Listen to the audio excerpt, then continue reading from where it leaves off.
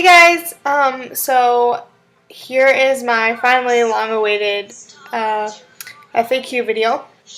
It's going to be pretty long, so I may do it in like 2 or 3 parts because YouTube you can only upload I think it's 10 minutes at a time, and obviously I don't want you guys to sit through the whole thing at once. I have quite a few things here on my iPad and on Post-it notes that I can remember off the top of my head. So I'm going to go in a sequence, according to when you first, before you arrive, when you first get there, what happens during the duration of your program, and then I'm going to end it with some of my favorite memories from my programs so far. So to get started, before your arrival. So I know a lot of people have been asking about places to live, how the local program works, different things like that. I have a couple friends that are in the local program right now. Shout out to Yadira mostly. The local program is they're in the college program, but they don't live in our building. The Disneyland college program only has one building, and that's Carnegie Plaza. So everybody that's in Disney housing, we're all in the same building together. It's not like Florida at all. We only have one building. Choosing your roommates. Right before, it's I want to say 3 weeks to a month before our arrival date, you will get a dorms email, where you put in all your information, wellness, non-wellness, all your names and stuff, and you get to choose your roommates. I've done this for both of my programs. It started, my fall program last year was the first program they worked with it, and it worked really well. I got to, my first program I was with 4 other girls, and then me, so we had 5 total in our apartment. My summer alumni program, I was just with 3 girls, my previous roommate from my first program, and then also another girl that I knew from my first program. And this coming program, I'm going to be with one of my roommates from summer alumni and a new girl, which I'm very excited about because I like meeting new people. So that's how your roommate paperwork works. When you're done filling out dorms, you'll print the whole packet and you bring the packet with you to check in. Because they'll scan you in, make sure that you guys are all in the right place. I think that's all you... Oh, and before, packing and stuff, you guys can go back and watch my previous, packing vlog. You're going to need business casual for traditions, and you're welcome to, and your, now, your Disney class, too, they used to do business casual. Now it's a little more casual than business casual, but you never know who you're going to run into, especially in your Disney class. So my suggestion is you always wear your business casual. Because even though it's not required, you still want to look nice in case there's somebody that's important that you need to talk to. Okay, so I think that covers, beforehand. If you guys have any other, additional questions, please do not be afraid to, message me on Facebook, message me on Tumblr, shoot me an email, whatever you guys need to know, I am here for you. So check-in in the first few days. When you get to check-in, don't arrive super early. It's really stupid. We got there an hour before and it was plenty of time.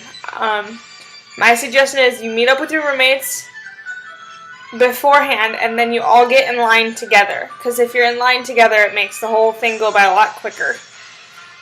Also, be prepared. Bring some snacks, bring some water, because it is a long process. It's not like Florida where you guys take a bus to a casting building. We do everything right at Carnegie. So you check in right at Carnegie, and then you go upstairs to the courtyard, and they have the Disney Look specialist. They have your onboarding people. They have the people that talk about commuter assistance and everything like that. Everything's right there. My summer alumni program was way different, so I won't explain that to you guys. But my first program, you start downstairs outside of the building, and then that's your initial check-in process, and then they send you up in groups upstairs, and there's different stations, one for Disney Look, one for commuter assistance, one for there's housing, a couple other things. That's where you get your keys, your house key, your proxy card to get into the building, and your mailbox key. And then as soon as you finish with that, you are free to go to your room and start moving in. That's basically the first day, is all you do is move in. There is a grocery store literally 5 seconds away from the building. Like, it takes me 2 minutes to walk there. So my suggestion is obviously, like, make sure you go to the grocery store, get toilet paper, get some food to last you the first couple days, or at least the night, like get some dinner or something to keep in your fridge. And that day there's also a housing meeting, and they'll explain to you like how the building works, like how maintenance works, the phone numbers to call, how the programs office works, because our programs office is right in our building. What you'll need for check-in, which I'm kind of digressing, but that's okay. Bring at least 2 forms of ID. I have my passport and my birth certificate because I do not have a license yet. So you guys can bring your license, passport, license, birth certificate. You just need 2 different forms of ID. Also, tip for you guys, if you're still in college, bring your school ID because sometimes they give you student discounts at different places around Anaheim. Because I know, like, cast members, with our cast member ID, we get a lot of discounts, but you also get student discount at some places. I know Target does student discount once in a while. You have to just watch out for that.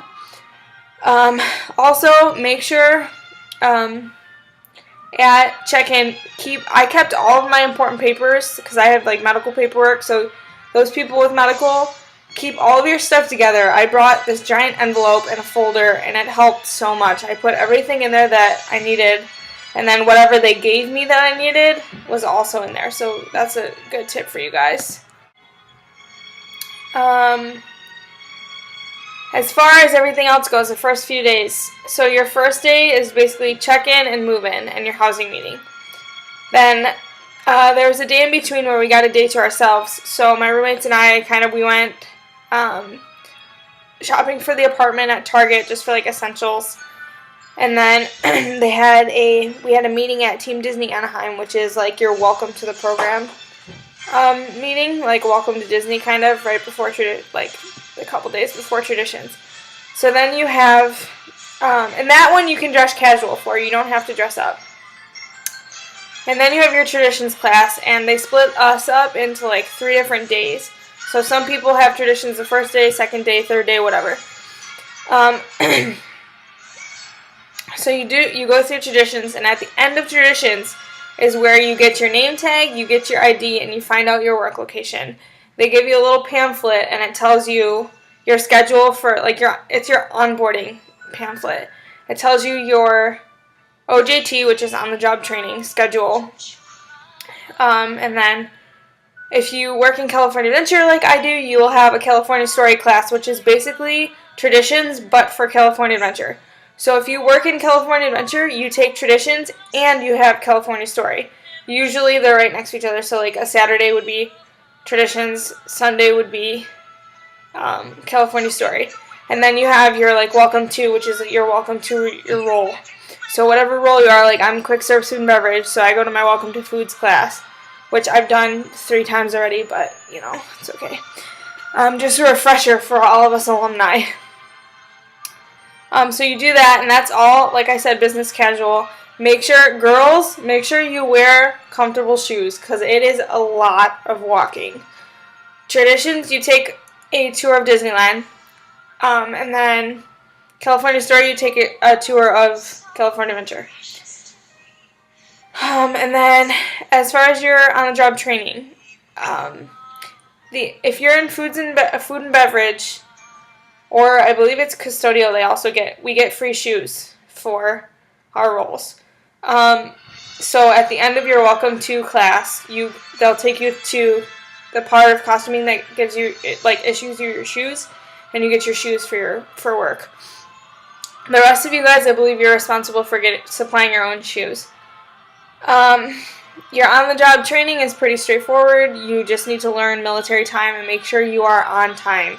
You show up where it tells you to show up on the packet. You wait for your trainer, and then you just dive right into it. They will tell you about costuming and all that kind of stuff.